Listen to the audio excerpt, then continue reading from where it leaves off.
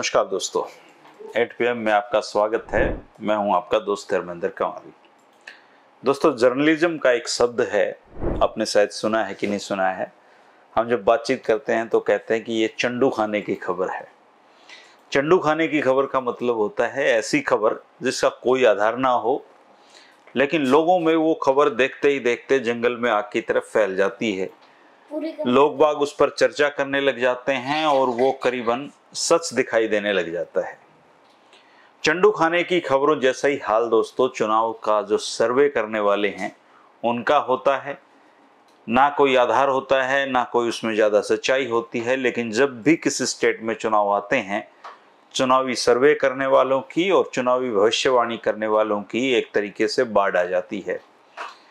लोगों में ऐसी बातों की चर्चाएं छिड़ जाती हैं और फिर ये खबरें देखते ही देखते मोबाइल में व्हाट्सएप के जरिए आप मेरे तक फैल जाती हैं।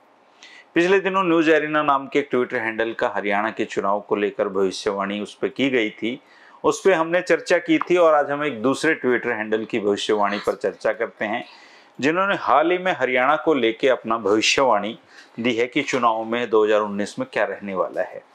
अगर आपको याद हो तो पिछले दिनों जो न्यूज एरिना वालों ने हरियाणा को लेकर जो पोल प्रेडिक्शन अपना दिया था, उसमें उन्होंने अनुमान लगाया था कि हरियाणा में अगर आज के दिन इलेक्शन होते हैं तो कांग्रेस को 54, भाजपा को 27, जेजेपी को 4 और बाकी को 5 सीटें मिल सकती हैं। इस न्यूज एरिना वाले सर्वे पे भी तरह तरह की प्रतिक्रियाएं आई थी, लेकिन कुल मिलाकर कांग्रेस के लोग खुश थे क्योंकि उनकी सरकार हरियाणा में बन रही थी। लेकिन आज जिस भविष्यवाणी की मैं आपसे चर्चा करने वाला हूं, उसे कांग्रेस के साथी तो सिरे से नकार देंगे, लेकिन भाजपा वाले इसको सिर पे रख के नाचेंगे।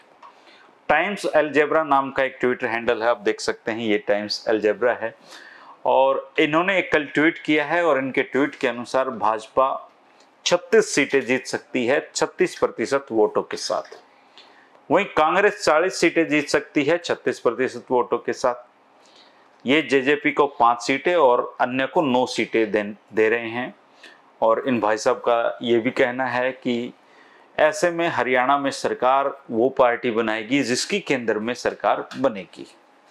वैसे उन्होंने हुड्डा जी के समर्थकों को भी निराश नहीं किया है और ये देखिए ये नीचे ऐड ऑन किया है इन्होंने कि मौजूदा समय में भूपेंद्र सिंह हुड्डा हरियाणा में सबसे पसंदीदा सीएम उम्मीदवार हैं, क्योंकि बीजेपी सरकार के खिलाफ अच्छी खासी मात्रा में सत्ता विरोधी लहर चल रही है। और 2024 के चुनाव जो लोकसभा चुनाव होंगे वो भी महत्वपूर्ण होंगे, क्योंकि एक बार बीजेपी लोकसभा में जीत हासिल कर लेगी तो हरियाणा में मूड बदलेगा और बीजेपी अपनी सीटें बढ़ा सकती है, ऐसा इनका कहना है।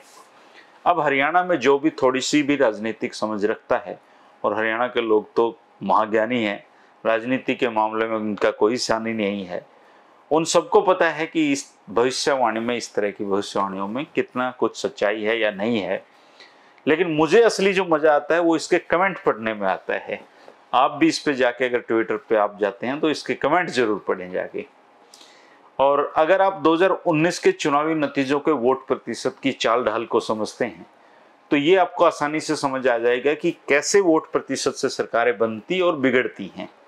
2019 के चुनाव में भारतीय जनता पार्टी को 40 सीटें मिली थी और 2014 में ये 7 सीटें 14 से कम थी। 2019 में बीजेपी को 90 विधानसभा सीटों पर 45,69,016 वोट मिले थे और ये टोटल वोटों का 36.49% बनता था। इसी तरीके से कांग्रेस को 31 सीटें मिली थी और वोट मिले थे 35,15,498।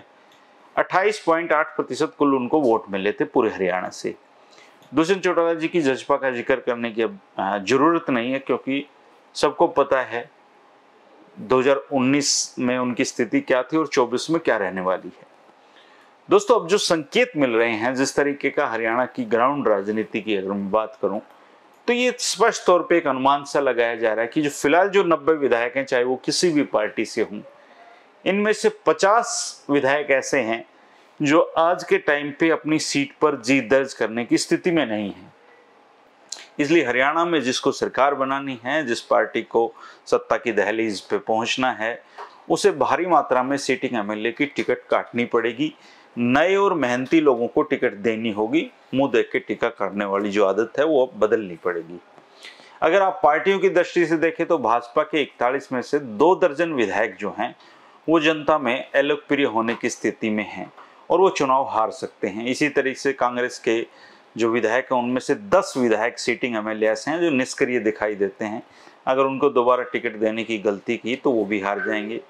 जेजेपी के 10 में से 8 विधायकों की हालत बहुत खराब है, वो सेफ जोन में नहीं है। इसी तरह से कैसे 8 जो निर्दलीय विधायक हैं वो भी, उनकी स्थिति भी बहुत डामाडोल है, वो भी शायद दोबारा जीत के 2024 में ना आए। प्रदेश में भाजपा की 10 साल पुरानी सरकार चुनाव तक हो जाएगी। निश्चित रूप से एंटी इनकम्बेंसी का सामना वो करेंगे और आपको ये भी समझना पड़ेगा कि 2019 के चुनाव में कांग्रेस के जो उम्मीदवार थे उसमें 23 विधानसभा सीटें ऐसी थी जहां पर कांग्रेस उम्मीदवारों की जमानत जब्त हो गई थी। इस कमजोरी पे कांग्रेस को अगर काम कांग्रेस ने नहीं किया तो उनका बुरा हाल चुनाव में उन सीटों पे फिर से हो जाएगा। इसलिए सत्ता की दहलीज पे पहुंचना कोई आसान काम नहीं है। अगर आप चाहें कि ऐसी सीटों पे हम चर्चा करें किसी दिन जहां भाजपा और कांग्रेस के पास आज के दिन मजबूत उम्मीदवार ही नहीं है, तो आप कमेंट बॉक्स में लिख देना कि हम चर्चा करनी चाहिए, तो किसी दिन हम चर्चा कर लेंगे इस पे। और रही बात मनोहर लाल खट्टर जी के लिए या भूपेंद्र सिंह हुड्डा जी के लिए, 2024 में सीएम पद कोई थाली में लेकर नहीं खड़ा है। चुनाव में जीत के कई आधार होते हैं, उनको सही बैठाकर ही कोई सत्ता की दहलीज पे पहुंच सकता है।